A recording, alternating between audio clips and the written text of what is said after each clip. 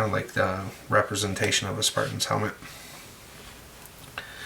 Back here on the back strap, the grip safety, I've noticed wear too. It's a little bit wiggly, but you know, for tolerance wise, maybe it's just rubbing on the frame, to be expected.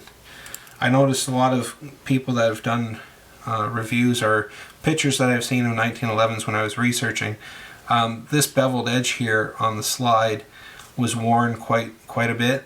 It kind of looks good because it kind of goes in with the rest of the matte metal finish. You know, your gun's going to get wear and tear. You know, if you want it a museum piece, put it under glass in a box somewhere and hang it on your wall. But if it's going to be an everyday user, or occasional user, you're going to get your wear and tear on it.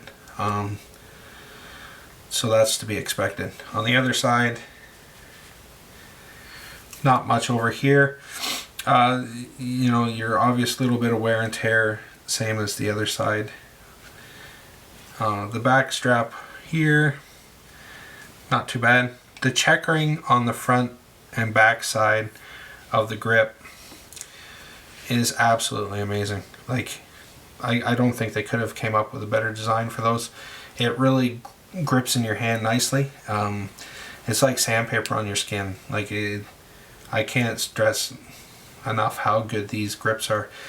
I told somebody I wanted to get different grips for them at the range, and they're like, why would you do that? They're awesome grips. I'm like, yeah, you know what, you're right. But some people like to customize them, get different grips. I've seen some other grips that I like the style, not for functionality, but I like it for the aesthetics, the looks of them. Like I said, it's an 8-round magazine. It's the compact version, like the carry version. It's not the Commander. The Commander's probably another inch longer.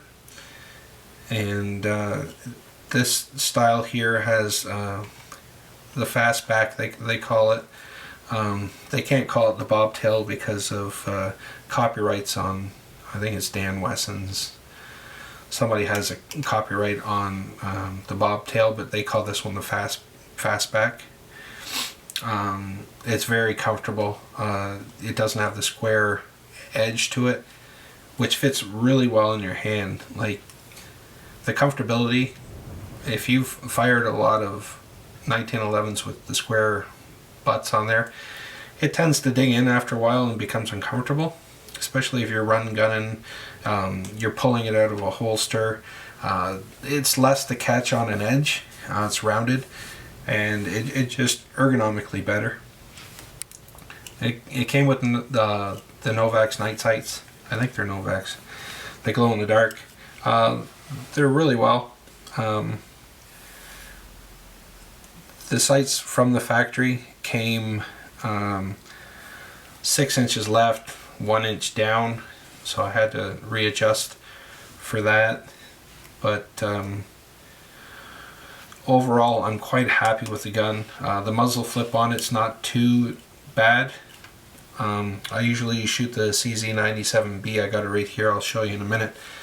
The 97B is a heavier 45, and it doesn't have as much muzzle flip. This is all right. I'd say it's a higher end 45 muzzle flip, meaning that you're not getting as much muzzle flip as some of the lower brand 45s. The internals, it's very easy to clean, very easy to take apart. The front lug, easy to take off, easy to strip down. A lot of guys have done is strip and clean, so I'm not going to get into that. It's just redundant. The trigger guard, same thing. I got fat fingers, but the trigger guard's fine. I don't have any problems with that. The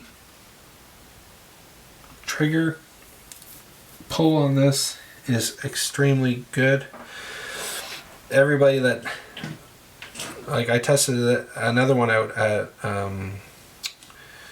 my local range, and I pulled the trigger on that one, and it was just like people say, you know, it's like breaking glass. It just snaps.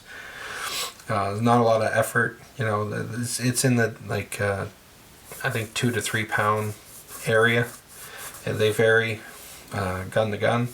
It has an adjustable reset for your take up on it, and I haven't had to adjust it. It's fine right out of the box.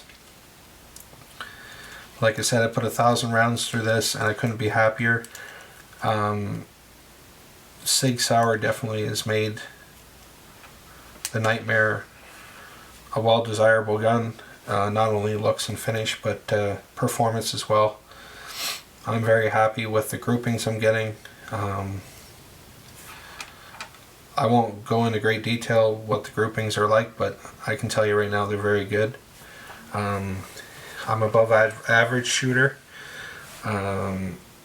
Even when I let friends shoot with me at the gun club, they shoot this gun extremely well as well. So I'll just bring in another gun for comparison. This one's also been safety checked as well. This is the Sig Sauer 97B, an exceptionally good 45. It has a double stacked 10 round magazine. It's one of the few 45s in the world that have 10 rounds, and the gun is well, they're almost comparable in weight. That might not be the case loaded. You know, you're gonna have 2 rounds, well, 3 if you have one in the pipe, 3 rounds extra, and this is an extremely good 45. I'll say that, and this is a very extremely good 45. They're a little bit different. The grip on this is substantially bigger. In a big hand, which I have, it wraps around just. Guys with smaller hands might not appreciate it, but I have one friend that shoots with me. He's got little hobbit hands, but he loves this gun, and he says he has no problem holding on to it. I don't think you could get any thinner grips on that, because they're pretty thin as it is. But with that being said, I just wanted to bring that in for comparison. Roughly the same size, same dimensions. I was thinking that the CZ was a little bit longer, but I've been mistaken. But also a terrific gun. Serrations for cocking are very good. They're very deep. They're sharp. Not sharp to cut your hand, but sharp enough to hold on to if you have slippery hands.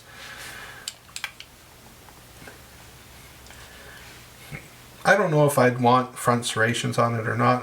I'm kind of on the fence about that, but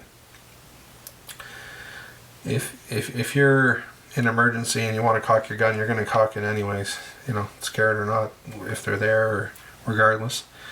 This scallop front end here is a little bit different than most 1911s. I kind of like this detail.